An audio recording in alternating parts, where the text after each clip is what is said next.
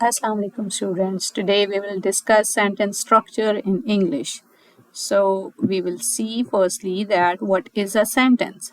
You would be familiar with this, but we will move on and we will see its definition. So a sentence may be defined as a group of words that contains a subject and a predicate and expresses a complete thought. Let's see that what is a sentence and how that is divided into a subject and predicate. For example, the baby is smiling. The baby is a subject and is smiling is a predicate.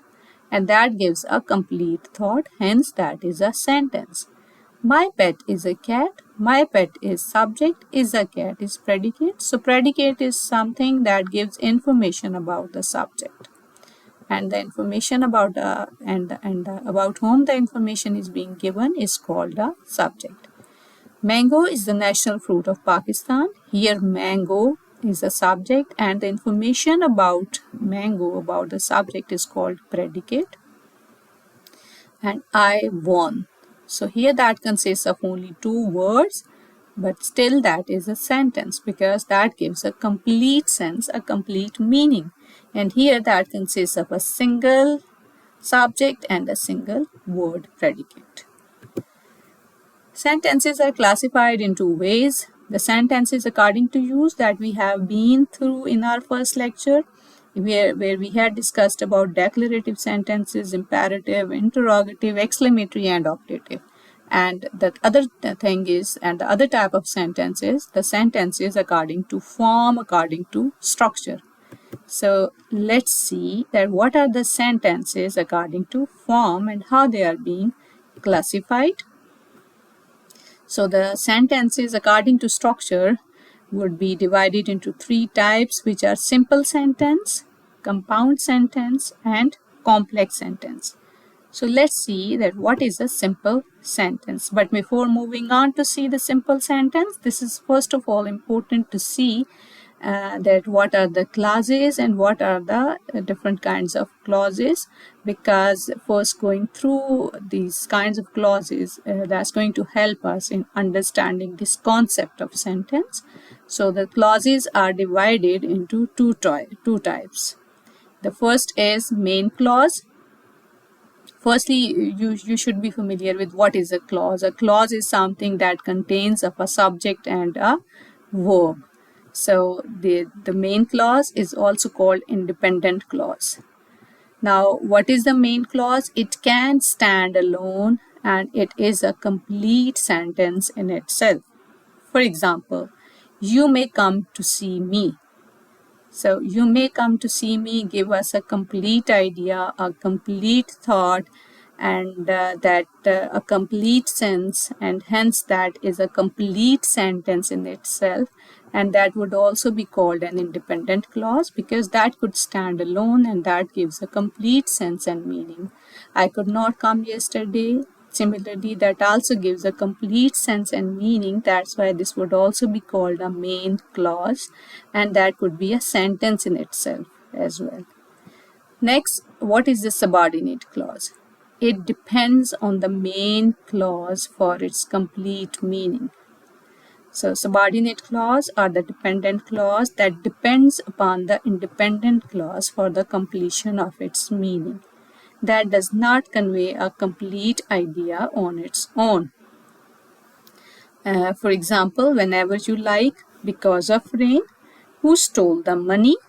So these are the examples of subordinate clauses. And when we join both of these sentences, like you may come to see me whenever you like. So here that would also be an example of a sentence, but this sentence contains two clauses, the independent clause and the dependent clause. And I could not come yesterday because of rain. That also consists of two clauses, main clause and subordinate clause, and that would also be a complete sentence. Now let's see that what is a simple sentence. A simple sentence has one subject and one predicate. The simple sentence has one independent clause, like we saw over here. You may come to see me. I could not come yesterday. These are the examples of simple sentences because they contain a single idea and they are one independent clause. Like we went to Islamabad yesterday. I live in Jhelum. So these are the examples of the independent clauses as well as these are the examples of simple sentence. What is a simple sentence? A simple sentence is something that contains one subject and a predicate, and a simple sentence is something that gives a single idea, a single thought.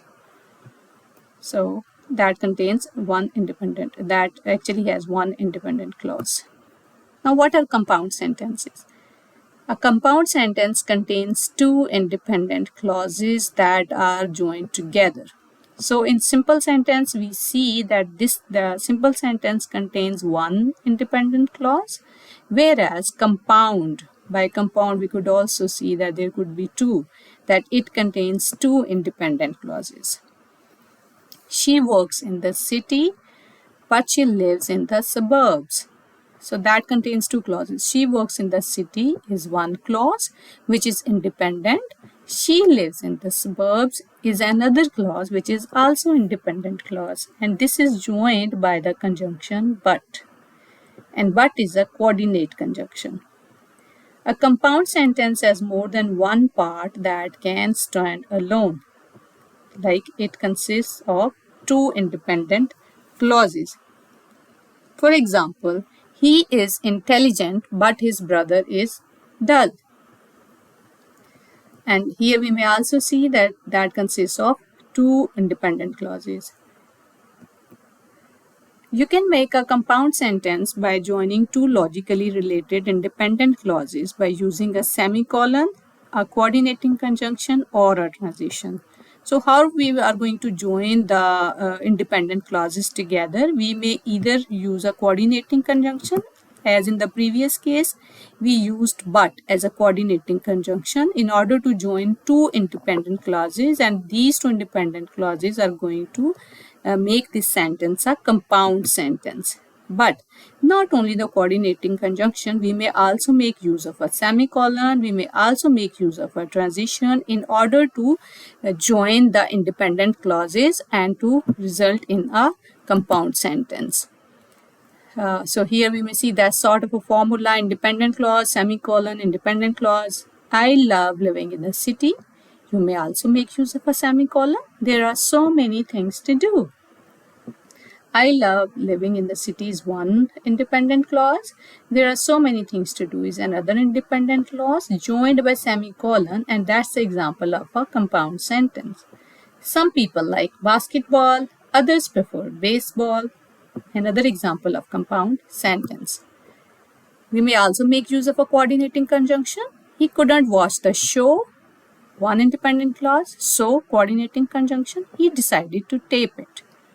That's a full one compound sentence. The necklace was beautiful, but it was expensive. Another example of a compound sentence which contains two independent clauses. So there is an easy way to remember about the coordinating conjunctions, and that is to just remember this acronym FAN boys. F for a, and, nor, but, or, yet, and so that makes fans boys. And these are going to help you remember the coordinating conjunction, and also remember that wherever these coordinating conjunctions are used to join two clauses, that would be a compound sentence. Hope that will do. And we may also make use of a transition, independent clause, transition, and independent clause to I love Karachi, however I hate the traffic. The roads were too busy, nevertheless I made my way. So these are the examples of compound sentences. One independent clause, and they are joined with however, and here they are joined with nevertheless. And these nevertheless and however are the examples of transition. My parents caught a severe cold. Consequently, they had to cancel their vacation. Another example of independent clause joined by transition. Now we will move toward the third type of sentence, which is a complex sentence. A complex sentence has at least two parts. one that can stand alone and another one that cannot. That's interesting because in compound sentences we saw that both of the clauses can stand alone. Like the compound sentence consist of two independent clauses, whereas in the case of this complex sentence we see that this consists of two parts. One part that can stand alone, matlab one would be the one independent clause, and another one that cannot, mean that it would be a dependent clause. The part that cannot stand alone is linked to the rest of the sentence by a subordinating conjunction. So previously we saw that in compound sentence they are joined by coordinating conjunctions. Two clauses, independent clauses, are joined by coordinating conjunctions or transitions or semicolons, whereas in complex sentence the two clauses, one independent and one dependent clause, they are joined by subordinating conjunction. A complex sentence contains at least one independent clause and one dependent clause. For example, she will go to the school in the city until she finds a job. So she will go to school in the city, that gives a complete sense and meaning, hence that is a independent clause, whereas until she finds a job, that is dependent upon this sentence, upon this clause for the completion of its meaning, hence that is the subordinating clause, that is the dependent clause, which is joined by using the subordinating conjunction until. Since my friends and I wanted to have fun, we went with the university trip yesterday. So this is the we went with the university trip yesterday. This is independent clause. Since my friends and I wanted to have fun, this is the example of dependent clause. So we could have it both ways. Like we may start off with the independent clause and move on towards the dependent by using a conjunction. Subordinating conjunction, we may have a subordinating conjunction in the beginning, means that this is the dependent clause and this is the independent. We could have it both ways. Dependent clause starts with, so here there are some examples of subordinating conjunctions like that, which, whom, whose, before, since, when, where, why, until, as, and these are the examples of subordinating conjunction, and there are a lot more. The sun never shines on days when I can enjoy it. The sun never shines on days, independent clause, when I can enjoy it, and dependent. We ate cookies, independent. That were made from rice, dependent. Okay, so have a recap. My friend invited me to the party. A single thought, single idea, one independent clause, hence a simple sentence. My friend invited me to the party, but I do not want to go. Compound sentence, because that consists of two independent clauses. My friend invited me to the party. One, I do not want to go. Another, and there is the coordinating conjunction. Although my friend invited me to the party, dependent clause. Although my friend invited me to the party. So we need some more information. That is incomplete thought.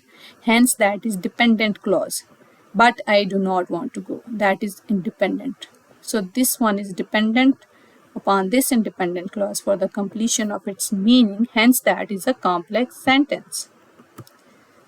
So this is the practice exercise. Students, just do that and try to see that how much you got and how much idea did you get about the kinds of sentence according to structure, and let me know. And with this, thank you.